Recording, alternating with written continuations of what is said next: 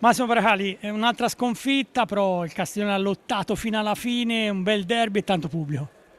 Vabbè, il pubblico non ho nemmeno visto io, però sinceramente sono abbastanza deluso dalla partita.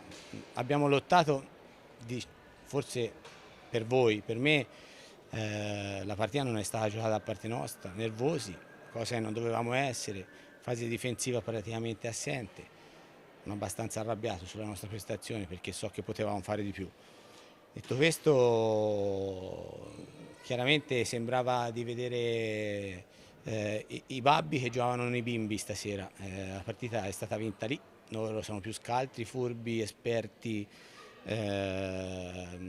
abituati a questi palcoscenici, bravi a sfruttare le occasioni sporche e noi siamo stati ingenui, quindi paghiamo per ora lo scotto della categoria, dobbiamo essere bravi sugli episodi, abbiamo preso due reti forse, uno con un blocco alto, un fallonetto, una palla alta dietro porta, sì, ma non dico questo per dare colpa all'arbitro, anzi ci mancherebbe, è che noi si deve essere più vispi, più svegli, avere un atteggiamento diverso, quello ho detto ai ragazzi.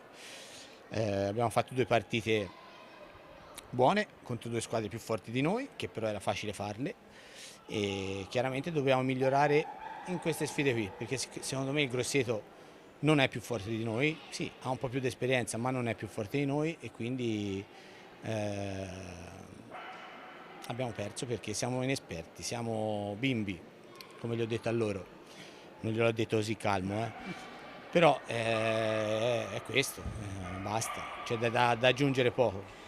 Prossima trasferta infrasettimanale a Valdagno, altro match molto interessante. Ah, vabbè, sì, Valdagno è una squadra diciamo, costruita per fare bene, per fare un campionato di vertice. Andiamo là, cercheremo di fare la nostra partita come abbiamo fatto sia con Lodi che con Bassano e speriamo di raccogliere qualche punto, perché poi alla fine quello è quello che conta.